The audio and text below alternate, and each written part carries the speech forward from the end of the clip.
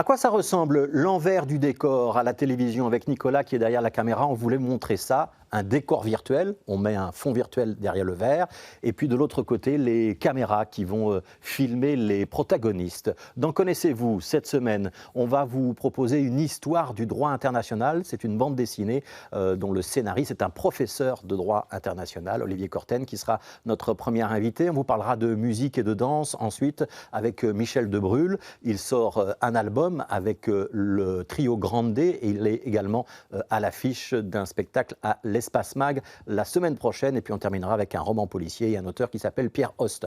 Zouz, la slameuse, sera dans le micro ouvert pour nous parler de sororité.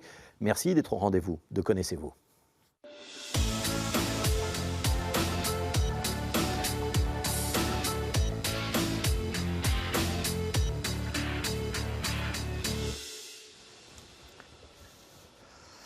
Bonjour Olivier Courtine. Bonjour. Quel effet ça vous fait de vous retrouver dans une émission culturelle? C'est vrai que c'est la première fois. Ouais. En même temps, à partir du moment où depuis un certain nombre d'années, au Centre de droit international, on avait croisé l'enseignement du droit avec un petit peu de pop culture, comme on dit, ça ne me fait pas trop, ça ne me dépayse pas trop quand même. Ouais. On avait utilisé des extraits de films, on avait fait un colloque sur droit international et cinéma. On fait des commentaires de littérature ou même de jeux vidéo. Et dès lors, voilà, c'est à la fois un peu désarçonnant, mais en même temps, j'ai déjà quelques repères. Ouais. Est-ce que je peux vous proposer de glisser d'une place vers Oui. votre droite sur la banquette, parce que c'est Oui. théoriquement la place qui vous est assignée. On va quand même faire les présentations, hein. Donc vous êtes dans une émission culturelle, mais vous êtes professeur de droit international. C'est ça. Donc j'enseigne le droit international à l'Université libre de Bruxelles depuis quand même déjà 25 ans. Et donc le droit international, c'est-à-dire essentiellement le droit à la fois qui régit les relations entre les États. Donc la guerre d'Ukraine, par exemple, est un exemple typique de possible ou d'application, en tout cas souhaitée, du droit international. Et puis l'autre volet, c'est tout ce qui concerne les droits humains. Mais, par exemple, pour reprendre la même crise, tous les civils qui sont touchés par les conflits, ça relève aussi du droit international. Ouais. Alors, vous allez nous présenter dans cette émission une bande dessinée qui vient de sortir. C'est une histoire du droit international. Pourquoi est-ce que... Bon, vous avez écrit de nombreux ouvrages hein, sur le droit international et sur l'histoire du droit international. Qu'est-ce qui vous a poussé à en faire une adaptation bande dessinée? Alors, il y a peut-être... Le premier souci, évidemment, c'est d'être didactique, c'est de faire passer un message et d'essayer de diffuser cette discipline, non pas parce qu'on estimait que le droit international était en tant que tel quelque chose de bien ou de juste. Donc il n'y a pas nécessairement un réflexe, disons, corporatiste qui voudrait transmettre les règles et en tout cas les interprétations des règles qui sont les nôtres. Mais en même temps, on a intégré une dimension critique du droit international, c'est-à-dire toutes ces limites qui sont évidentes. On parlait de la guerre en Ukraine, on le voit bien, il est proclamé, mais il n'est pas appliqué, mais il est toujours invoqué. Et c'est pour ça que ça nous paraissait intéressant quand même de diffuser ce discours du droit international, à défaut parfois de réalité, parce qu'il est utilisé par tout le monde. Et donc, au-delà de la perspective historique, c'était d'essayer de faire comprendre ce que c'est que le droit international, comment ça fonctionne, comment ça peut être utilisé par les acteurs, soit par le pouvoir, mais aussi parfois par, disons, les dominés. Si on voit ici la couverture de la bande dessinée, ça symbolise vraiment, évidemment, les deux catégories. Donc ça, c'était, je dirais, le principal objectif. Et puis, par ailleurs, à la suite de l'expérience que j'ai évoquée, qui était au Centre de droit international de l'ULB, d'analyser plutôt le droit international dans des œuvres, donc dans des films, par exemple, je sais pas, comme Le Pont de la rivière Kwai, qui est un film très, très classique où le général... où le colonel britannique, plutôt dans un camp de prisonniers, invoque les conventions de Genève. Et donc on a fait des analyses de ce type de scène. Au-delà d'analyser le droit international dans des œuvres donc culturelles, l'idée ici était de passer un peu de l'autre côté et d'essayer, ce qui était un grand défi, de faire une œuvre qui soit plutôt à titre principal quand même une œuvre qui relève de la culture, puisque c'est une bande dessinée. Oui. Alors il y a une grande tension, hein, vous l'avez un petit peu expliqué, entre le droit, ce qu'est l'histoire du droit, et les questions qu'on peut se poser sur son respect, son utilité, son application. C'est symbolisé par deux personnages, hein, parce qu'on est vraiment dans une bande dessinée. Donc dès l'introduction, on a une jeune femme et un jeune homme qui discutent de le droit international. Au fond, est-ce que ça existe vraiment? Est-ce qu'on l'applique vraiment? Est-ce que vous avez la réponse? Alors, la réponse, elle n'est pas claire et nette. On ne peut pas dire oui ou non. Tout dépend de chaque situation. Donc, en effet, on a d'un côté la vision un peu idéaliste, un peu éthique. Le droit international, c'est la justice et finalement, il va progressivement s'améliorer. C'est vrai qu'il y a des problèmes, mais si on prend un peu de recul historique, on assisterait à un progrès inéluctable du droit international. Et ça, c'est le personnage masculin qui porte ce discours dès le début. Et puis, de l'autre côté, il y a une perspective plus politique, plus réaliste, qui consiste à dire, mais en réalité, le droit international, il ne s'applique pas, et au mieux, il ne sert à rien, et au pire, il sert à justifier l'injustifiable. Et on est toujours, je crois, tout le monde, dès qu'une personne s'intéresse au droit international, il va être tiraillé entre ces deux aspirations, parce qu'on ne peut jamais totalement aller dans l'une ou dans l'autre. Il serait évidemment complètement naïf de réduire le droit à de la justice. En même temps, ça deviendrait complètement cynique et finalement pas très réaliste de dire que le droit international n'existe pas, parce qu'il est invoqué. Si on reprend les exemples qui jalonnent tout le livre, pour chacun de ces événements, ceux parfois qui violent le droit international s'en prévalent quand même. Ils l'invoquent. Donc de ce point de vue-là, il existe au moins comme discours, au moins comme type de justification, qui est différent quand même des justifications morales ou politiques, parce qu'il a une espèce de prétention à la fois à l'universalité et en même temps à une espèce de technicité. C'est-à-dire, on dit souvent, oui, voilà, la justice c'est une chose, mais le droit c'est autre chose. Le droit, ce serait plus objectif, ce serait plus neutre, ce serait plus technique. C'est ce qui se permettrait justement à des personnes qui ont des visions différentes de coexister avec un langage commun.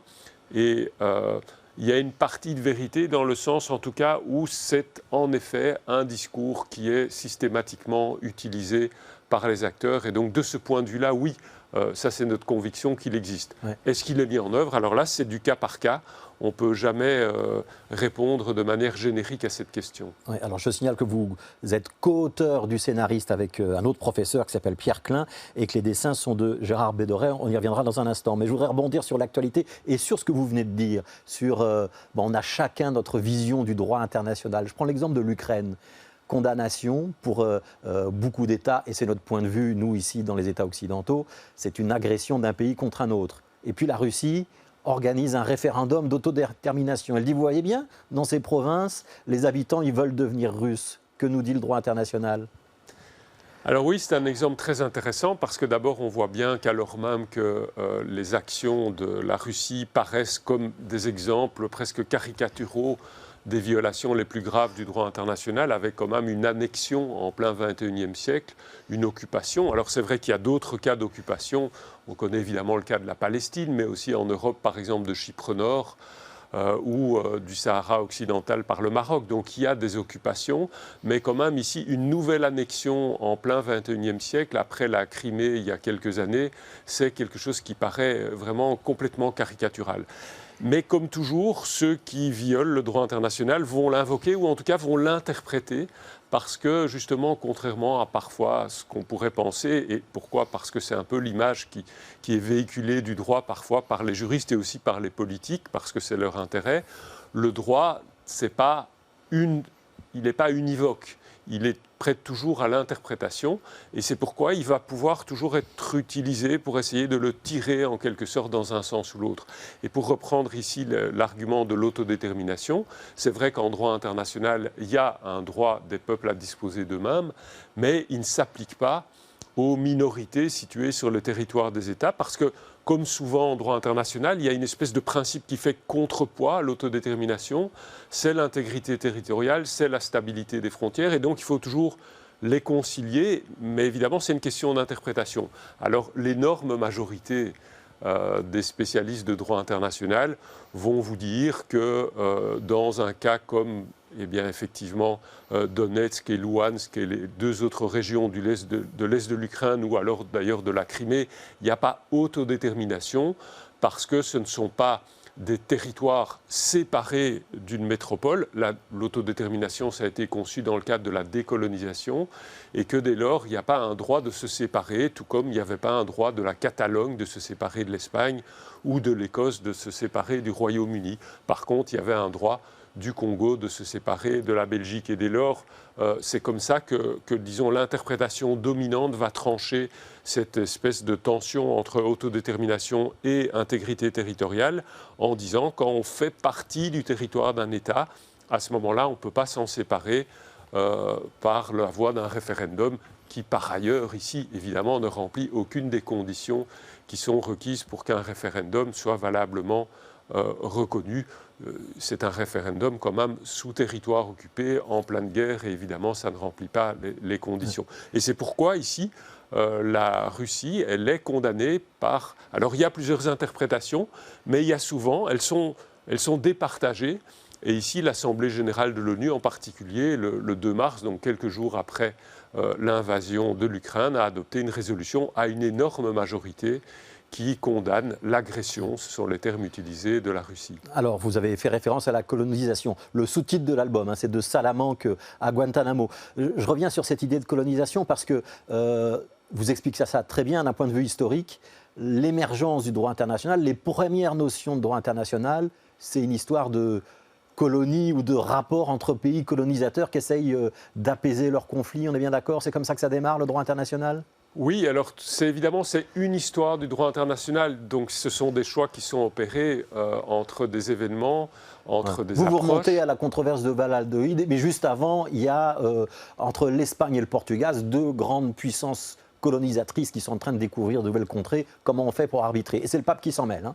C'est ça. Et justement, on a choisi Salamanque et cette période-là parce qu'à la fois, c'est une période où l'État est en train de se constituer, mais encore très lié à la religion. Et donc, on voit en effet dans le premier chapitre que les différents territoriaux, justement, entre notamment l'Espagne et le Portugal, pour se partager le monde, qui sont en train de conquérir et non pas seulement de découvrir, comme on dit souvent, ces controverses sont tranchées à la fois par le pape et puis par les États qui vont reprendre et adapter un petit peu les décisions papales. Donc il y a cette idée de constitution de l'État, et le droit international, c'est un droit entre États, donc c'est pour ça qu'on a choisi cette période-là.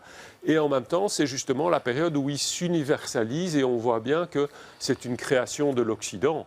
Donc il y a une prétention à l'universalité, mais le droit international, fondamentalement, c'est une création de l'Occident, et comme on l'a dit, l'école de Salamanque, c'est-à-dire des théologiens, qui n'évoquent pas, qui ne parlent pas, ils n'utilisent pas l'expression de droit international, mais disons leur idée, c'est évidemment à partir de la parole de Dieu, de déduire quels sont les principes qui régissent les relations entre, d'une part, les États, donc comme le Portugal et l'Espagne, et aussi entre les États donc européens et le reste du monde, et notamment le statut des Indiens.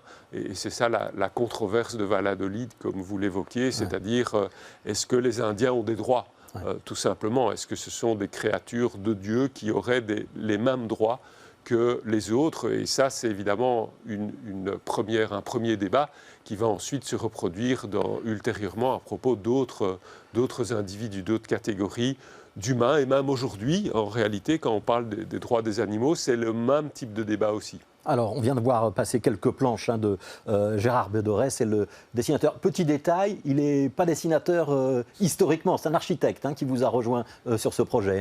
C'est ça, donc on est des jeunes auteurs, mais en réalité, donc, en ce qui concerne Pierre Klein et moi, on est prof de droit international depuis donc, un certain temps.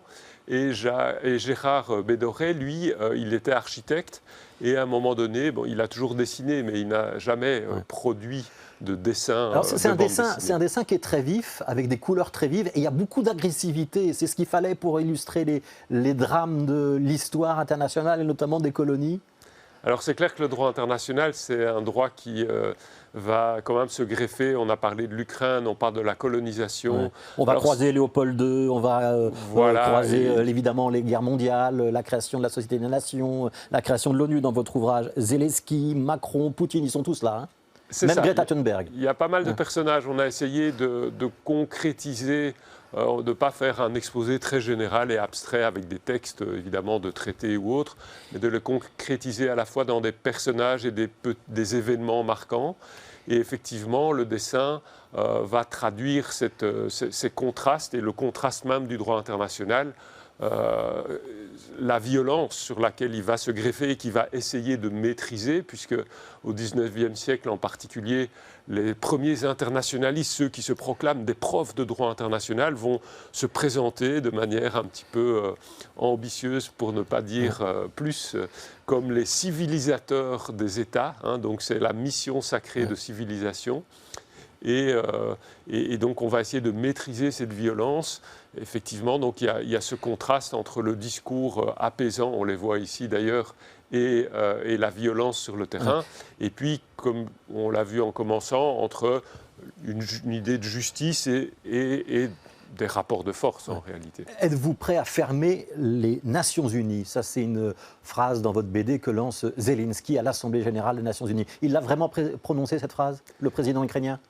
Oui, tout à fait. Donc lui, il est dans une stratégie bien compréhensible d'obtention de moyens pour résister à l'agression. Et donc effectivement, il a beaucoup d'arguments juridiques qui sont là et qui n'a pas besoin, il n'a nul besoin de réformer le droit international pour finalement avoir des arguments, en particulier la légitime défense qui permet non seulement à l'Ukraine de résister et de reconquérir ses territoires, mais aussi la légitime défense collective, c'est-à-dire que les autres États, et c'est ce qu'ils font, ont le droit de l'aider militairement. Mais alors, il voudrait encore aller plus loin, et quand il dit faut-il fermer les Nations Unies, c'est pour fustiger le Conseil de sécurité qui, en raison du veto de la Russie, quant à lui, ne peut pas prendre de sanctions.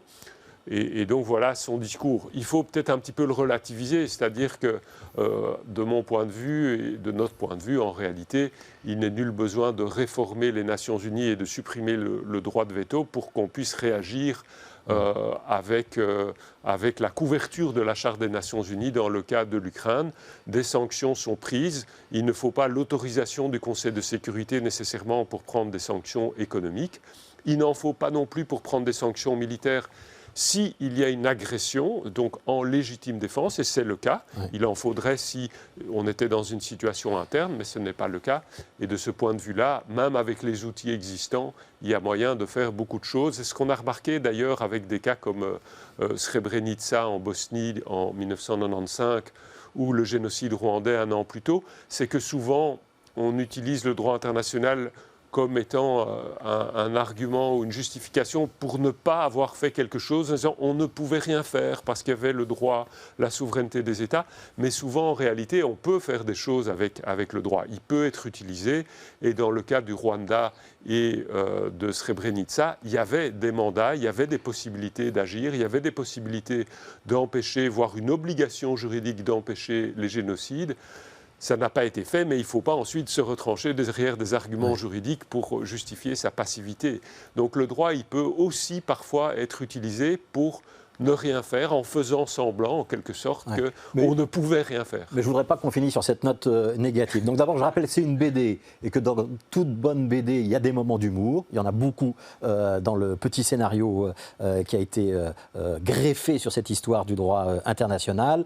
Je signale juste que dans l'épilogue, vous nous racontez une histoire d'une toute petite île dans l'archipel des îles Maurice qui est l'objet d'un conflit entre l'île Maurice et l'ancien colonisateur, la Grande-Bretagne, qui a donné cette île aux États-Unis pour en faire une base militaire. Et le droit international nous donne là des raisons d'espérer, on va dire ça comme ça, Olivier Courtens, ce sera le mot de la fin? Alors oui, parce que c'est le Royaume-Uni qui, tout en critiquant à juste titre la Russie pour une occupation et une annexion, en gros, a fait la même chose. Alors, pour un tout petit, des toutes petites îles dans l'océan Indien. Donc, les habitants ont été expulsés en 1974 voilà. Pour laisser la place aux militaires.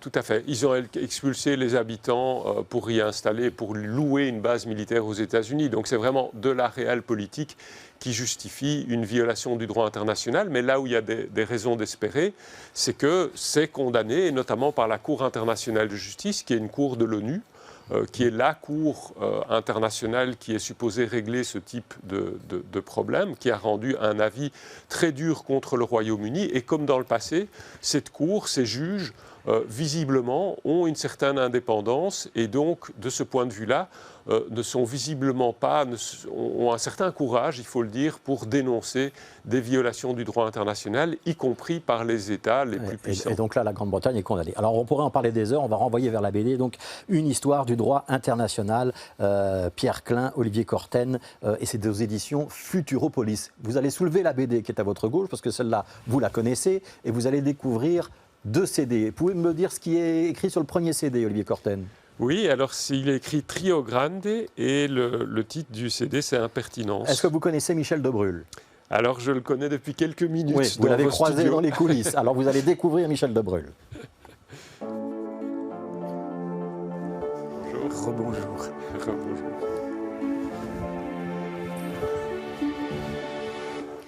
Michel de Brûle. Donc, Trio Grande, c'est vous?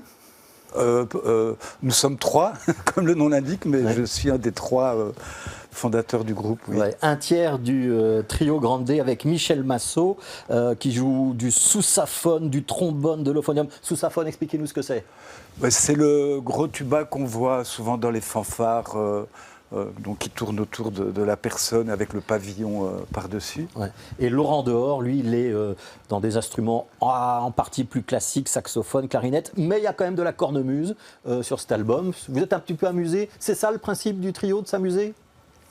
On s'amuse avec une musique quand même qui est assez exigeante dans l'interprétation. Donc peut-être la force du Trio Grande, c'est que sur scène et avec le public, on donne peut-être l'impression de légèreté, de facilité à jouer cette musique, mais elle est quand même basée sur des compositions et une interprétation instrumentale de chacun assez quand même complexe et qui est le résultat d'une longue pratique, puisque ça fait 30 ans qu'on joue ensemble, chose assez rare pour être précisée dans le domaine du jazz, parce que comme on dit, on a le même line-up, comme on dit maintenant, depuis 1992, et donc ce 6e album traduit aussi ce long voyage de nos 30 ans passés ensemble. Alors vous êtes le batteur percussionniste. Il faut dire quoi, batteur ou percussionniste pour vous? Je suis plutôt batteur, si ce n'est que j'ai un jeu peut-être qui parfois s'apparente à plus de la percussion, mais je me considère principalement comme batteur. Alors je vous propose qu'on écoute un extrait de cet album. Il y a un petit clip qui est sorti, c'est presque plus qu'un clip, c'est presque un mini dessin animé. On va regarder 1 ou 2 minutes et puis on en reparle juste après. Très bien.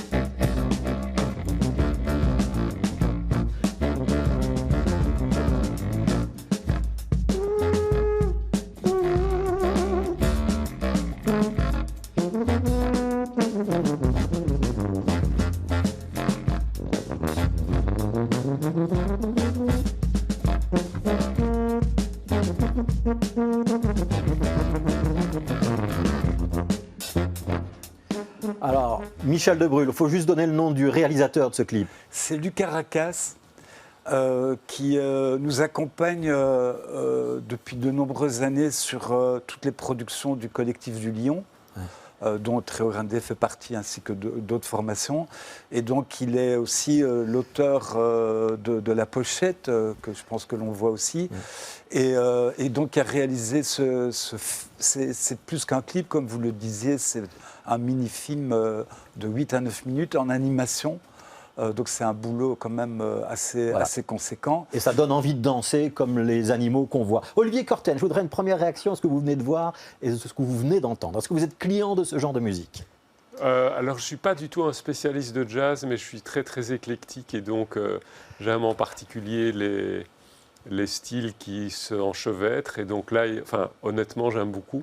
Je trouve que ça groove vraiment bien et il y a une espèce de superposition de styles à la fois, donc une rythmique très entraînante et très groove. Et en même temps, il y a le côté fanfare qui est très festif. Ouais. Donc voilà, je suis un nouveau fan maintenant. Michel de Brul, c'est une bonne définition, ce que vient de nous dire Olivier Corten. C'est très bon critique. Et donc, oui, j'ai rien à rajouter. Si ce n'est que donc là, le solo, c'est Michel au sousaphone. Et dans cette partie-là, c'est Laurent Dehors à la clarinette contrebasse, qui est un instrument peu utilisé. Et c'est pour ça qu'on s'appelle aussi un peu le plus petit big band du monde, parce que Laurent Dehors, dans ce disque, il joue de la flûte à bec, de la cornemuse, toutes les clarinettes, sax ténor, soprano, et tous les instruments que vous avez cités pour Laurent. Donc quand on est sur scène, c'est presque un magasin de musique pour souffleurs et autres. Et donc il y a ce mélange de musique fanfare, joyeuse, et en même temps, comme je disais, je vais me répéter, mais qui a un fond musical. Oui, parce qu'il y a presque un fond free jazz, un fond libertaire dans la pratique que vous avez.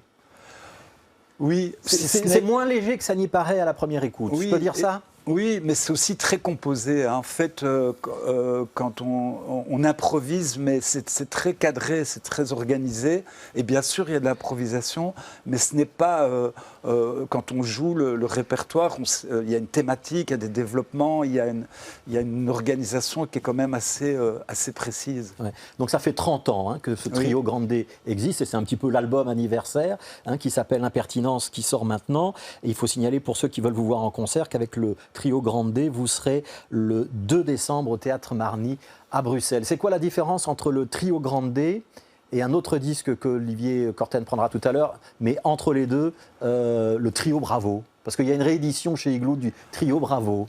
Alors, pour être court, enfin pas trop long en tout cas, le trio Bravo, c'est un trio qui a commencé en 1982. Oui, ça ne vous rajeunit pas, je suis désolé. Hein. On a joué ensemble pendant 8 années, donc c'est Fabrizio Cassol, Michel Massot et moi-même. Et puis au moment où le groupe s'est séparé pour diverses raisons qui remontent au passé. Et Fabrizio Cassol a continué avec Akamoun, le succès qu'on sait dans Akamoun. Michel Massot et moi, on avait quand même une certaine frustration d'arrêter en si bon chemin. Et donc on a voulu continuer en trio, et Michel a rencontré Laurent Dehors en France parce qu'il jouait dans le méga octet de Andy Hemler, et Laurent Dehors faisait un remplacement. Et quand Michel est revenu, il m'a appelé, il m'a dit « Ah, mais tu sais, il y avait un saxophoniste là, je pense que ça pourrait le faire. » Et donc on l'a invité à Liège, on a improvisé pendant 4-5 heures au Lion sans voile, club à Liège bien connu de l'époque.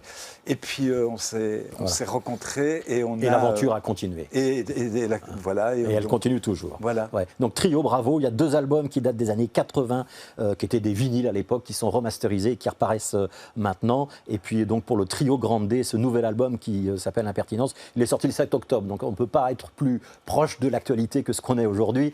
Et donc c'est le 2 décembre au Marny. Vous avez une autre actualité. Là, je vais demander à Olivier Corten de prendre l'autre disque et de nous le présenter. Oui, donc c'est Répercussion. Alors c'est quoi Répercussion, Michel de Brul? Alors, vous avez combien de projets en tout d'abord, pour qu'on mette un peu les choses à plat? C'est-à-dire que tout ça rentre dans une sphère plus globale qui est le collectif du Lion, qui existe depuis début des années 80. Et donc on est reconnu comme structure de création. Et donc, on crée nos propres projets et après, on essaie de les enregistrer, de les diffuser. Et donc, en l'occurrence, Répercussion vient de... Donc, il y a un groupe, je vais essayer de ne pas perdre les spectateurs. Soyons synthétiques. Synthétique qui s'appelle Rêve d'éléphant orchestra. Qui existe aussi depuis une bonne vingtaine d'années. Là, c'est une grande formation. Hein. Oui, on est une dizaine. Minimum 7 musiciens. Et donc, pour aller vite, on a changé. Il y a un des musiciens qui a quitté le groupe et on a changé la rythmique. Et donc, maintenant, c'est Louis Frère, basse et électronique, Stéphane Pougin et moi-même, comme au départ. Et on a créé la musique d'un spectacle qui s'appelle Répercussion ID comme identité, qui a été créé en 2000. Au moment 2020. du Covid, il y a 2 ans. Il y a 2 ans. Mais on a une chance, Michel Debrul, c'est que vous allez le refaire. Ce sera le 14 et le 15 octobre, c'est-à-dire c'est la semaine prochaine, vendredi, samedi, si je ne me trompe pas, ce sera l'Espace Mag. Et vous savez quoi? On va voir un extrait de ce spectacle. Quand il est sincère, l'amour n'est que fidélité. On peut aimer la France, la respecter, reconnaître tout ce qu'on lui doit, sans oublier d'où l'on vient. Tout le monde n'a pas l'ingratitude de l'amnésie. Il n'y a que dans un esprit colonialiste qu'une culture invalide l'autre. Ainsi, autant que le couscous de mille aux poissons de ma grand-mère, qui était évidemment le meilleur du ciné-saloum. La choucroute d'Alsace, ça fait partie de ma culture. De même que le waterzouille, les chicons au gratin, les tomates crevettes, l'anguille au vert et les poulets sauce lapin.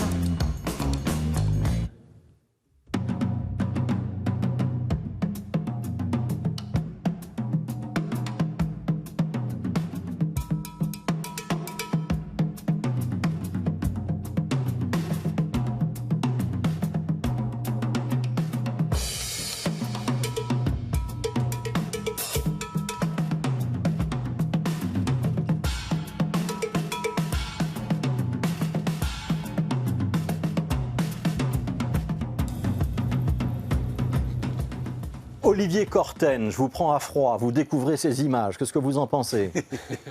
C'est justement très chaud là, je ne suis pas pris à froid. Il y a du rythme, il y a de l'humour, il y a de la politique. Vous avez entendu, on parle de colonisation, on parle d'identité. Ça doit interpeller le prof de droit international. Oui, complètement. Donc, mais d'ailleurs, dans la bande dessinée, il y a quelques incursions dans la musique. Parce qu'effectivement, c'est notamment par la voie de la musique que des protestations, des luttes, parfois en faveur du droit international, sont évoquées. Bon, alors, c'est plus une musique, disons, rock, comme par exemple les Clash, qui ont fait un album contre l'intervention des États-Unis au Nicaragua, ou dans les années 2000, plus du rap et même de la pop comme George Michael qui avait dénoncé l'invasion de l'Irak. Donc c'est quand même une tradition, les protest songs, alors chansons, mais qui aujourd'hui se déclinent de différentes manières. Donc là, à travers ces quelques extraits, ça fait vraiment écho à ce type de démarche, même si il faudrait que j'écoute de manière plus attentive les paroles. C'est facile, vous allez aller la semaine prochaine à l'Espace Mag et vous aurez une vision plus précise. Je reviens chez vous, Michel Debrul. Oui. Il y a donc de la musique, on vous a vu jouer, hein, donc c'est important, la musique elle est jouée sur scène. Il y a des danseurs, il y a aussi une narratrice qui est une comédienne qui va nous accompagner pendant ce spectacle. C'est un spectacle un peu total que vous avez voulu faire ? En tout cas, c'est pluridisciplinaire. Comme vous le dites, 4 danseurs, 3 musiciens, une comédienne chanteuse.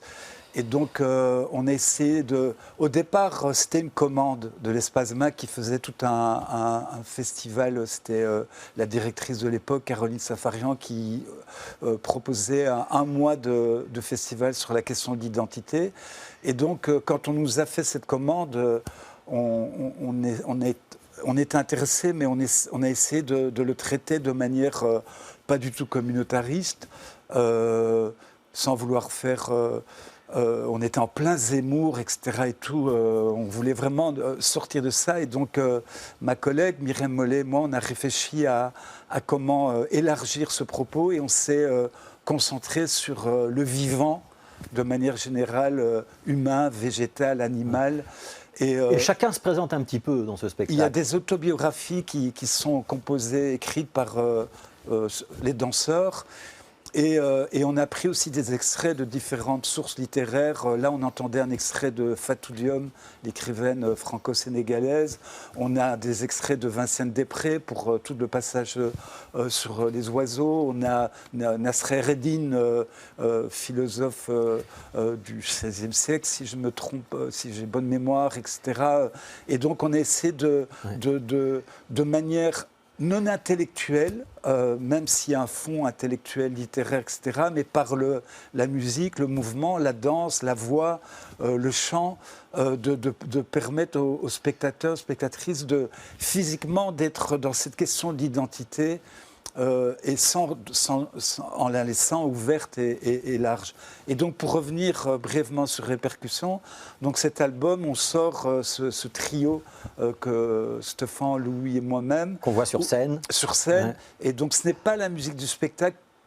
Même s'il y a deux morceaux qui sont tirés du spectacle, on a créé un vrai répertoire en trio et qu'on espère continuer à diffuser. Voilà, donc il y a Répercussions, le disque, et il y a Répercussions Heidi, le spectacle, qui sera donc la semaine prochaine à l'Espace Mag. Ça vous parle, Olivier Courtine, quand Michel Debrul explique qu'on ne doit pas être trop intellectuel, ou en tout cas on doit rejoindre ce que nos cerveaux peuvent comprendre et produire, et ce qu'on vit dans nos chairs, dans nos corps?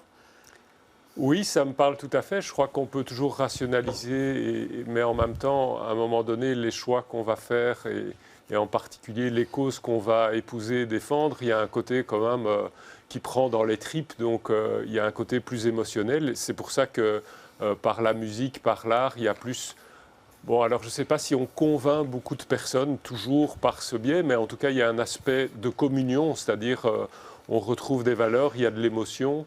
Et pour mener des luttes en faveur de droits qu'on souhaite défendre, je pense que c'est très utile, en tout cas cela. Donc il y a une espèce de nouveau de tension entre la réflexion. Il faut évidemment savoir pourquoi on se bat, il faut réfléchir, il ne faut pas avoir une impulsion et juste se contenter de réagir. Mais en même temps, à un moment donné, de manière, je dirais, ultime, dans le fond, le choix qu'on va faire, il est fortement dicté, je pense, par des émotions, ce qui est inévitable et ce qui est, à mon avis, un grand moteur de l'action.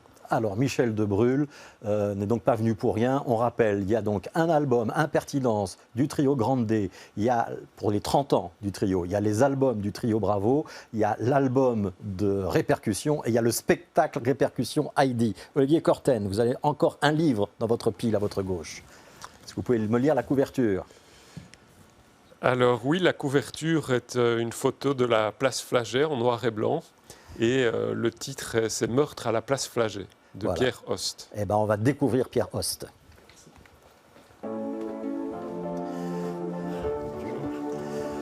Alors, je me mets là, je suppose. Voilà, Pierre Host, est-ce que vous pouvez vous présenter à Olivier Courtine et Michel Debrul ? Eh bien, je crois que dans le cadre de cette émission culturelle, tout simplement, il faut dire que je suis un auteur de romans. Voilà. Tout simplement. Tout simplement, parce qu'en fait, votre métier précédent, c'était d'être pilote d'avion. Non, je suis pilote privé, donc je pilote des avions légers, mais j'ai fait de l'informatique. J'étais informaticien, puis j'ai été formateur. J'ai beaucoup aimé d'ailleurs ce métier de formateur. Voilà. Et c'est votre 4e roman, si je ne me trompe pas. Oui, c'est le 3e roman et une nouvelle, pour être précis, mais il y en a un 4e en cours. Ouais. Et c'est un roman policier cette fois-ci, hein, oui. Le meurtre à la place Flagey, comme son nom l'indique. Vous êtes client de polar, Michel Debrul ? J'en lis. Je ne suis pas exclusivement sur le roman policier, mais... c'est quoi un bon polar pour vous ? Alors, en fait, je vais répondre de façon... oui, non, un roman, parce que j'allais parler d'un film qui m'avait bien interpellé, que je viens de voir, La nuit du 12. Mais en fait, moi, un roman policier qui m'intéresse, c'est quand on est dans différentes sphères. Par exemple, j'ai toujours des problèmes de nom, mais je me souviens d'un écrivain espagnol qui donnait aussi des recettes de cuisine dans son livre. Quand on parle de sphères différentes, quand il y a un mélange comme ça, sociétal, où on est baladé dans différentes atmosphères, sociétés, classes sociales, etc. Quand on découvre des univers. Voilà. Ouais. C'est un peu bateau ce que je dis, mais voilà. Olivier Courtine, un bon roman policier? Oui, enfin moi aussi j'ai bien aimé La Nuit du 12 de Rose. Donc ça, c'est un film avec Bouli Lanners, sur des policiers qui butent sur une enquête. Mais il n'y a pas d'happy end, il n'y a pas de solution. C'est ça qui est intéressant dans ce film, c'est qu'on sort de là et ils n'ont pas trouvé le coupable. Et ce qui est, je pense, pas courant dans les romans policiers, parce que souvent il y a le coupable. Parfois la fin est facile aussi. Il se trouve le coupable, mais c'est trop facile. Pierre Host, est-ce qu'on trouve le coupable dans Meurtre sur la place Flagey? Oui, Ouais. je vous le confirme. On Voilà. le trouve. Alors, Mais il faut quand même préciser, l'intérêt de ce roman, c'est qu'il nous ramène en arrière, 70 ans en arrière à peu près, c'est ça, on est dans les années 50. Hein. Absolument. Ouais. Oui. Donc c'est une grosse recherche aussi historique pour vous de décrire un quartier. J'imagine que Olivier Courtine, vous connaissez la place Flagey, Michel de Brûlot aussi, même si vous êtes liégeois, vous êtes déjà allé place Flagey. Jouer dans la magnifique salle de la place Flagey. Ouais, donc vous voyez un petit peu de quoi on parle, les cafés qu'il y a autour, la maison communale qui n'est pas très loin quand on remonte la chaussée d'Ixelles, tout se passe là, hein, les étangs d'Ixelles et tout ça. Hein. Alors, pas entièrement, mais essentiellement, oui. Tout se passe autour de ce quartier qui est magnifique, enfin moi j'adore, puis ce bâtiment qui est remarquable, bâtiment de la radio, qui contient, paraît-il, encore des studios parmi les meilleurs du monde, et puis les étangs d'Ixelles avec ces maisons bourgeoises tout le long, c'est un quartier emblématique de Bruxelles qui m'a beaucoup marqué. Dans ma jeunesse aussi, d'ailleurs. Et puis voilà, je vois la photo là. Je trouve que ce bâtiment est vraiment remarquable. Il est beau. Ouais. On est dans les années 50, ça veut dire qu'on est à l'époque des tractions avant. Hein, il y a les premières autres voitures qui commencent à arriver. Oui. Ça ressemble à ce qu'on connaît aujourd'hui. Il y a une grande partie de l'action qui se trouve notamment autour des étangs, enfin dans les cafés. Le commissariat, il est rue du Collège, si je ne me trompe pas. Ça n'a pas changé. C'est toujours le même endroit. Il est toujours là. Le commissariat est toujours rue du Collège. Oui, c'est très amusant. C'est parmi les choses qui ne bougent pas, apparemment. Mais bon, c'est pas là. Moi, je trouve que les années 50 sont des années intéressantes parce que c'est le sortir de la guerre. Et il y avait une espèce d'optimisme à cette époque-là parce qu'on allait vers le mieux social aussi. Les gens commençaient à aller en vacances. Moi, je me souviens de l'époque où tout le monde achetait des scooters. Enfin, moi, j'ai vécu surtout les années 60, je suis né en 55. Donc. Mais je me souviens dans les années 60, les scooters, beaucoup de scooters, puis des voitures, puis des gens qui partaient en vacances en Espagne. On était dans une période de progrès, en réalité. Et donc, c'est une période qui m'inspire beaucoup. Ouais. Il y a eu beaucoup de recherches. Vous avez dû consulter des archives. Écoutez, il faut dire qu'Internet, avec Wikipédia, c'est une source magnifique d'informations. Donc je me suis quand même documenté, mais ça n'a pas été trop difficile en réalité. Ouais, alors on fera un petit détour par la Grèce aussi, dans votre roman. Oui. Tout ne se passe pas toujours qu'autour de la place Flagey. Vous l'avez lu. Oui, bien sûr que je l'ai lu, sinon je ne vous aurais pas invité. Votre commissaire, vous pouvez nous décrire un petit peu son caractère? Ah oui, donc c'est un commissaire.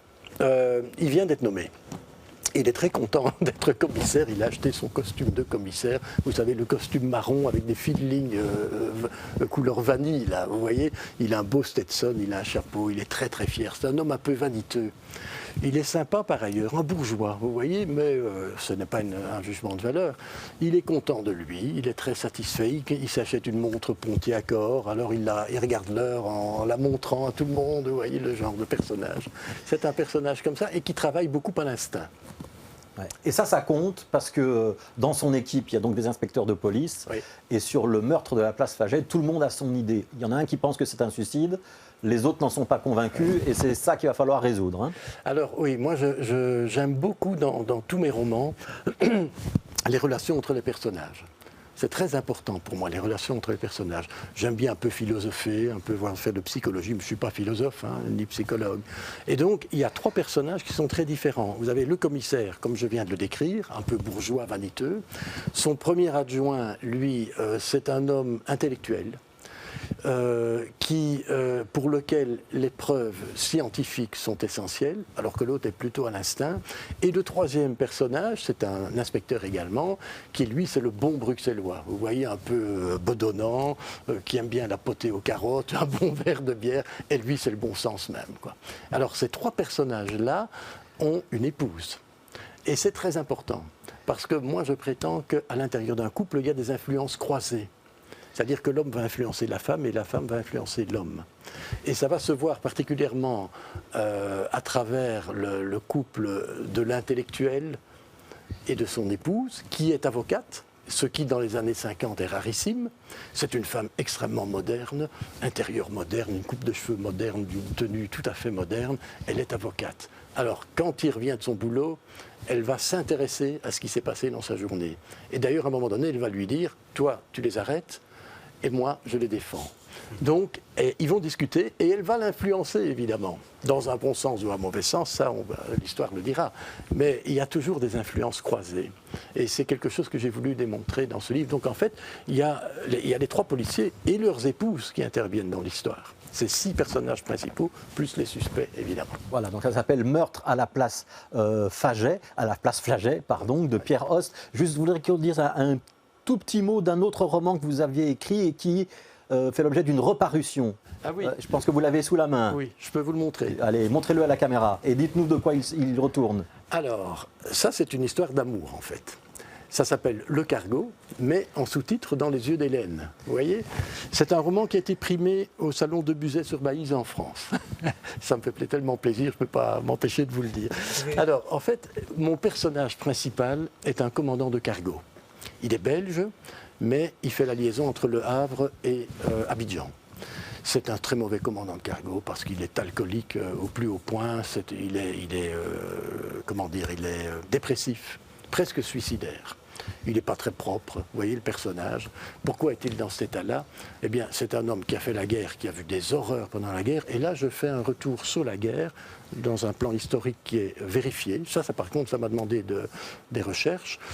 Il a vu des horreurs parce qu'il a fait la bataille de l'Atlantique, vous voyez. Mais il n'a pas vu que des horreurs parce que le sous-titre, c'est Dans les yeux d'Hélène.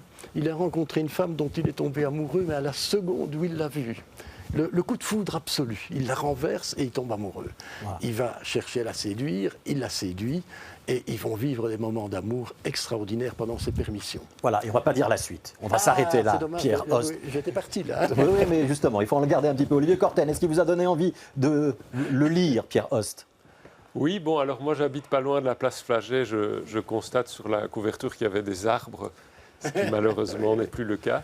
Et pour revenir un peu, parce que je n'avais pas eu l'occasion de répondre vraiment à la question, moi quand j'aime bien les policiers que je lis aussi de temps en temps, c'est à la fois des personnages et un côté un peu sombre et en même temps de l'humour. Et donc j'ai l'impression que c'est ce que je pourrais retrouver dans ce roman. Donc oui, tout à fait. Voilà, donc Pierre Host, Meurtre à la place Flaget.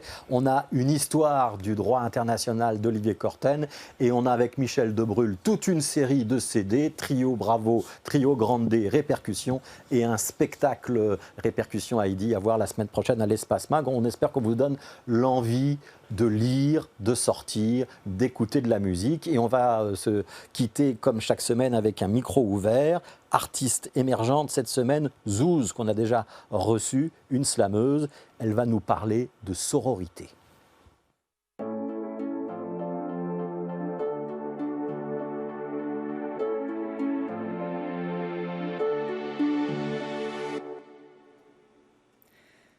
Je suis trop bonne. Voilà, c'est dit. Non, la vérité, je me trouve trop belle. Ouais, je sais. C'est bizarre. Sorry, but not sorry, mais je me mate dans le miroir et je suis au top, y a pas de mirage. J'ai pas besoin de m'examiner de mes orteils au minois. Le rendu global se passe de commentaires, il me plaît à moi. Alors ouais, je répète souvent et publiquement que je me trouve trop bonne. Mais toi, t'as le souffle coupé quand t'entends mes paroles. Tu capes pas si j'extrapole. Alors par facilité de pensée, tu me parles de prétention. Parce que dans notre sauce à la con, c'est mal vu de s'aimer sans pression. Je suis une meuf. Alors logique, je devrais complexer sur mon sexe. Comparer mes seins, ma peau, mes fesses avec l'autre d'à côté ou ces stars surcotées. Réflexe. Pour que la haine de mon camp me fasse consommer sans remords des colos, des push-ups, des rasoirs pour compenser le peu d'humanité que j'ai pour mon sort. Mais, au fond, peut-être mes propos, ils te ramènent à tes mots. Ou toi, tu te maudis, ou toi, tu haïs la moindre parcelle de ta peau. Sœur, il y a des larmes qui coulent de mon cœur quand je sens que tu te déchires devant le miroir. Mais instantanément, sur la défensive, tu vas me sortir que c'est facile de s'aimer quand notre corps rentre dans les codes imposés par la société. Bingo. T'as gagné. J'imagine, comme on dit, que la vie est une loterie et qu'au fond, y a pas grand-chose qu'on choisit. Je t'admets qu'on m'a tiré un bon lot. Il y a des réflexions qui m'ont été évitées, je suis passée entre les gouttes d'eau. Mais, est-ce vraiment de ça qu'on parle ? Parce que moi, je préfère te causer de ces absurdités imposées par une société bancale. Parce que quand je te dis que je suis bonne, c'est mon mantra que je fais résonner comme une prière que je répète pour m'élever. Mais à vrai dire, je préfère pas prier seule. Quand je te dis que je suis bonne, tu crois que je me la pète, t'as le seum. Mais à vrai dire, j'ai juste dit que j'étais belle, j'ai pas dit que j'étais plus belle que toi. Ou toi là-bas. Loin de moi l'idée de comparaison. L'amour de moi, ça n'a rien à voir avec toi. Ou plutôt, si. Parce que je m'aime tellement que je peux t'aimer encore plus. Je peux admirer les moindres zestes de ta beauté sans penser à mon cul. Et si tu te voyais comme je te voyais, sœur, on pourrait créer des voyelles pour assembler des lettres qui reformeront des mots qui nous rassemblent, des mots qui nous ressemblent, des mots qui nous encensent. Alors, à la prochaine story devant le miroir, je veux nous voir prendre le pouvoir en nous confiant à l'unisson notre mantra du soir. Waouh, qu'est-ce qu'on est bonne!